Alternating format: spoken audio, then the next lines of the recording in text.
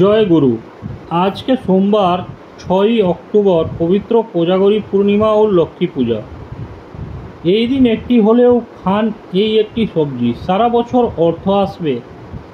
আপনি আর আপনারা পরিবারের সবাই সুস্থ থাকবেন। বছরের অন্যতম তিথি কোজাগরী পূর্ণিমার দিন কিছু খাবার খাওয়া যেমন জীবনের পক্ষে খুব ভালো বলে বিবেচিত হয়, তেমনি কিছু খাবার একদমই খাওয়া উচিত নয়। বিশেষ করে আশ্বিন মাসের কোজাগরী পূর্ণিমার দিন ভুলেও খাবেন না এই তিনটি সবজি। নানান রোগ ব্যাধি, চরম আর্থিক কষ্ট এবং সংসারে অশান্তি আর দুর্ভাগ্য আসবে। সনাতন হিন্দু শাস্ত্রে বিশেষ করে পদ্মপুরাণে উল্লেখ আছে যে গৃহে ভক্তি ভরে কোজাগরী পূর্ণিমা মা লক্ষ্মীর পুজো হয়, সেই গৃহ সর্বদা ধন ধারণে পূর্ণ থাকে। কোজাগরী শব্দের অর্থ কি? জাগর অর্থাৎ কে জেগে আছো। বিশ্বাস করা হয় এই রাতে দেবী লক্ষ্মী সারা পৃথিবী ভ্রমণ করেন এবং যারা জেগে থাকে মা লক্ষ্মী পূজা করেন তাদের ঘরে অক্ষয় সম্পদ ও সৌভাগ্য দান করেন। শাস্ত্রে বলা হয়েছে যেহেতু কোজাগরী পূর্ণিমার রাত্রে লক্ষ্মী দেবী ভক্তদের অর্থ সম্পদ, সুখ ও শান্তি দান করেন, তার এই পুজো ধনলক্ষ্মী লাভের অন্যতম শ্রেষ্ঠ সময়। কোজাগরী পূর্ণিমার চন্দ্রদেব তার সরস কলায় প্রকাশিত থাকেন। এই দিনের চন্দ্র দর্শন মনে প্রশান্তি, মানসিক বিকাশ ও সৌভাগ্য বৃদ্ধির প্রতীক। অনেকে এই দিন উপবাস বা ফলাহার করেন। শাস্ত্রে বলা হয়েছে এই রাতে উপবাস করে ভগবতী লক্ষ্মীর আরাধনা করলে দরিদ্রতা নাশ হয় ও পরিবারের সর্বদা মা লক্ষ্মীর কৃপা বজায় থাকে। সনাতন হিন্দু ধর্মের পবিত্র কোজাগরী পূর্ণিমার দিন অনেক গুরুত্বপূর্ণ উৎসব পালিত হয়। এই দিনে অনেকের বাড়িতে লক্ষ্মী পুজোর সঙ্গে বাবা সত্যনারায়ণের পূজা অনুষ্ঠিত হয় এবং এই দিনে কোনো পবিত্র নদীতে বা গঙ্গায় স্নান করা এবং সাধ্যাত্ম কিছু দান করা অত্যন্ত পুণ্যের কাজ। অন্যদিকে জ্যোতিষশাস্ত্রের মতেও শনিদোষ, বাস্তুদোষ, গ্রহদোষ প্রতিকার এবং দান করার জন্যে কোজাগরী পূর্ণিমার দিনটি বিশেষ গুরুত্বপূর্ণ। নমস্কার বন্ধুরা, আজকের নতুন পর্বে আপনাদের সকলকে স্বাগত জানাই। আজ আমরা জানব স্বয়ং ভগবান কৃষ্ণের বলা কোজাগরী পূর্ণিমার দিন কি করবেন আর কি করবেন না, এবং কোজাগরী পূর্ণিমাতে কোন খাবার অবশ্যই খাওয়া উচিত। এই দিনে যে খাবারটি খেলে সারা বছর অর্থ আসবে, আপনি এবং আপনার পরিবার সুস্থ থাকবেন। এর সঙ্গে আমরা জানব এই দিন কোন খাবার খাওয়া উচিত নয়, বিশেষ করে এই দিনে কোন তিনটি সবজি খাওয়া একদমই উচিত নয়। এই দিন যে নিষিদ্ধ সবজি বা খাবারগুলি খেলে জীবনে ধনিয়ে আসতে পারে চরম আর্থিক কষ্ট, পরিবারের সদস্যের লেগে থাকবে নানান রোগ ব্যাধি, সারা বছর রোজগার কমে যেতে পারে, সংসারে নেমে আসতে পারে চরম দুর্ভাগ্য। আপনি কোজাগরী পূর্ণিমার দিন কোন ব্রত পালন করুন অথবা না করুন, কিন্তু এই দিন অবশ্যই শাস্ত্র অনুসারে আহারের নিয়মগুলি মেনে চলুন, তাহলে আপনার বাড়ি থেকে বাস্তুদোষ দূর হবে এবং সারা বছর মা লক্ষ্মীর কৃপা থাকবে। এছাড়াও আমরা জেনে নেব কোজাগরী পূর্ণিমার অতি প্রাচীন এবং শক্তিশালী 4টি উপায় বা টোটকা, যে উপায়গুলি আপনার সংসারে খুব সুখ ও সমৃদ্ধি এনে দেবে এবং আয় উন্নতি বৃদ্ধি করবে। বন্ধুরা, বিশুদ্ধ সিদ্ধান্তে পঞ্জিকা অনুসারে 6ই অক্টোবর 2025 সোমবার দুপুর 12:25 পূর্ণিমা শুরু হচ্ছে এবং পরের দিন অর্থাৎ 7ই অক্টোবর মঙ্গলবার সকাল 9:18 পর্যন্ত পূর্ণিমা থাকবে। 6ই অক্টোবর সোমবার কোজাগরী পূর্ণিমার নিশি পালন এবং শ্রী শ্রী কোজাগরী লক্ষ্মী পুজো অনুষ্ঠিত হবে এবং এই দিন শ্রী শ্রী সত্যনারায়ণ পুজোর শুভ মুহূর্ত হলো সন্ধ্যা 5:18 থেকে সন্ধ্যা 6:53 মধ্যে, এবং এই দিন শ্রী শ্রী কৃষ্ণের শরৎরাস যাত্রা পালিত হবে এবং 7ই অক্টোবর মঙ্গলবার পূর্ণিমার ব্রত ও উপবাস এবং আশ্বিন পূর্ণিমার ও কুমার পূর্ণিমা পালিত হবে এবং নিয়ম সেবা ও কার্তিক ব্রত আরম্ভ হবে। বন্ধুরা, অনেক বছর আগে এক রাজা ছিলেন। তিনি দয়ালু হলেও ভীষণ দরিদ্র ছিলেন। অভাব সহ্য করতে না পেরে এদিন তিনি মনের দুঃখে জঙ্গলে গিয়ে দেবী লক্ষ্মীর কাছে প্রার্থনা আরম্ভ করলেন। তার প্রার্থনায় সন্তুষ্ট হয়ে লক্ষ্মী দেবী তখন দেখা দিয়ে বললেন, প্রতি আশ্বিন পূর্ণিমার রাতে আমি পৃথিবী ভ্রমণ করি এবং জিজ্ঞাসা করি যে জাগার অর্থাৎ কে জেগে আছে। যে ভক্ত সেই রাতে জেগে থেকে ভক্তি সহকারে আমার পূজা করে আমি তাকে ধন ধান্য দিয়ে রাজ্য এবং রানী সেই পূর্ণিমায় উপবাস করে রাতভর জেগে মা লক্ষ্মীর পূজা করলেন। মা লক্ষ্মী খুশি হয়ে তাদের অনেক ধন সম্পত্তি দিলেন, রাজ্যে আবার সুখ সমৃদ্ধি ফিরে এলো। এই জন্যে এই পূর্ণিমার নাম হলো কোজাগরী পূর্ণিমা, কারণ মা লক্ষ্মী নিজেই প্রশ্ন করেন কে জাগবে। বন্ধুরা, কোজাগরী পূর্ণিমার দিন নিষিদ্ধ সবজির মধ্যে প্রথমেই যেটির কথা বলা সেটি হলো চাল কুমড়ো। এদিন বাড়িতে কখনোই চাল কুমড়ো রান্না করবেন না।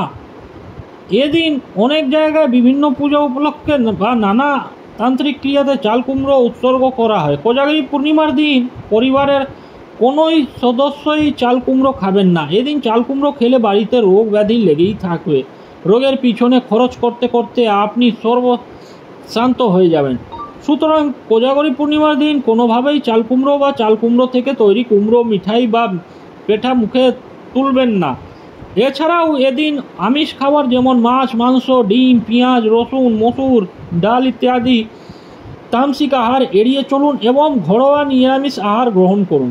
কোজাগরী পূর্ণিমার দিন আধ্যাত্মিকভাবে মন শান্ত ও শরীর হালকা রাখার জন্য সহজ ভাজা ও সাত্ত্বিক খাদ্য খাওয়া উচিত। কোজাগরী পূর্ণিমা শুধু লক্ষ্মী পূজা নয়, নিজের শরীর মনকেও বিশুদ্ধ করার রাখার দিন। এই তিথিতে গঙ্গা বা অন্য কোনো পবিত্র নদীতে স্নান করলে পূর্ণ লাভ হয়। শাস্ত্রে বলা হয়েছে স্নান সর্প পাপে খ্যাং দানের সর্বসিদ্ধি, অর্থাৎ স্নান দ্বারা পাপ হয় এবং দান দ্বারা সিদ্ধি লাভ হয়। সুতরাং এই দিনে স্নানের সাথে দান করা বিশেষ পুণ্য। কোন গরিব মানুষ বা ব্রাহ্মণদের মধ্যাত্ম বস্ত্র, খাবার, ফল, মিষ্টি বা টাকা ইত্যাদি দান করলে বহুগুণ বেশি পূর্ণ লাভ হয়। বন্ধুরা, এদিন দ্বিতীয় নিষিদ্ধ খাবারটি হলো মাসকলাই বা বিউলির ডাল। কোজাগরী পূর্ণিমার দিন বিউলির ডাল এবং বিউলির ডাল দিয়ে তৈরি অন্য কোনো খাবার খাবেন না। আয়ুর্বেদে বলা হয়েছে এই সময়ে বিউলির ডাল অত্যন্ত তীক্ষ্ণ ও ভারী খাবার এবং নানা রোগের সৃষ্টি করে। তাই কোজাগরী পূর্ণিমার মতো পবিত্র দিনে এই খাবার নিষিদ্ধ।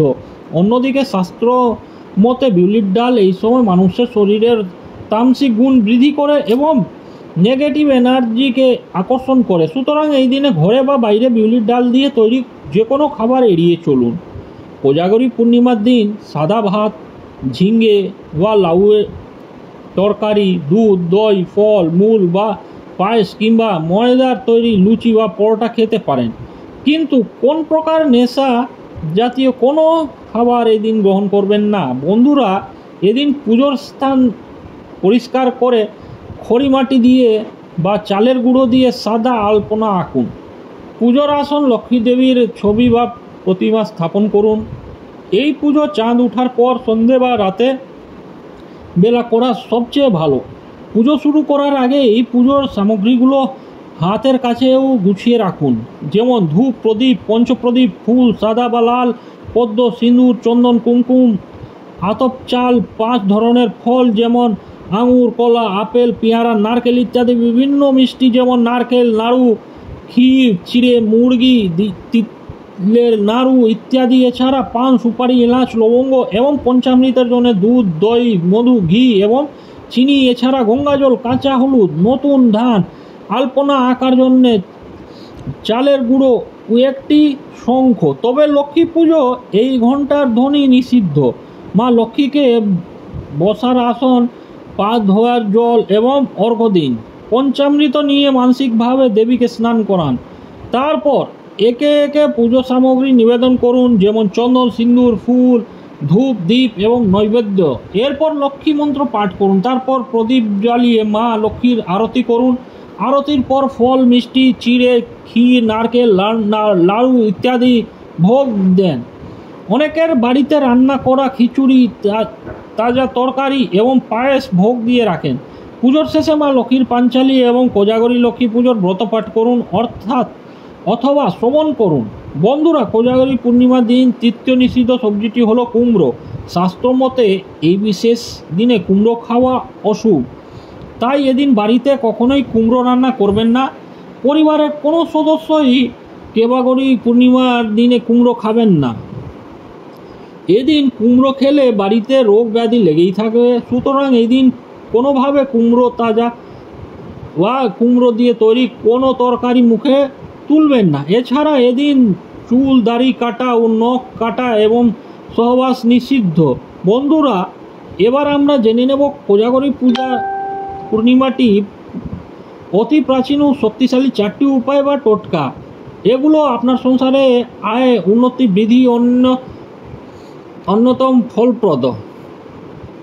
প্রথম উপায়টি হলো মা লক্ষ্মীকে সাদা পদ্ম বা সাদা ফুল অর্পণ করুন এবং এদিন রাতভর জেগে নাম সংকীর্তন, রামায়ণ বা গীতা পাঠ করলে লক্ষ্মী দেবীর আশীর্বাদ পাওয়া হয়। দ্বিতীয় উপায়টি হলো এদিন চাল দিয়ে মেঝোতে আলপনা আঁকুন। আলপনার মাঝে ধানের শীষ বা নতুন চাল রেখে মা লক্ষ্মীর পুজো করুন, এতে সংসারে অক্ষয় ধন সম্পদ আসে। তৃতীয় উপায়টি হলো কোজাগরী পূর্ণিমার রাতে 60টি চালের দানা ও 60টি এলাচ একটা সাদা কাপড়ে বেঁধে মা লক্ষ্মীর আসনের নিচে রাখুন। সকালে সেটা জলে ভাসিয়ে দিন, এতে সংসারের দরিদ্রতা দূর হয়ে যায়। চতুর্থ উপায়টি হলো কোজাগরী পূর্ণিমার দিন ধন ভাগ বৃদ্ধির জন্য পূর্ণিমার চাঁদ উঠলে চাঁদকে দুধের আরতি করে সেই দুধ পরিবারের সবাই পান করুন। বন্ধুরা, কোজাগরী পূর্ণিমার দিনে শাস্ত্র মতে যেমন নারকেল, চিংড়ে এবং তালের ফোপরা বা তালের ফোপল খেতে হয়, তেমনি এই দিন পরিবারের সবাইকে একটু হলেও খান পটলের তরকারি।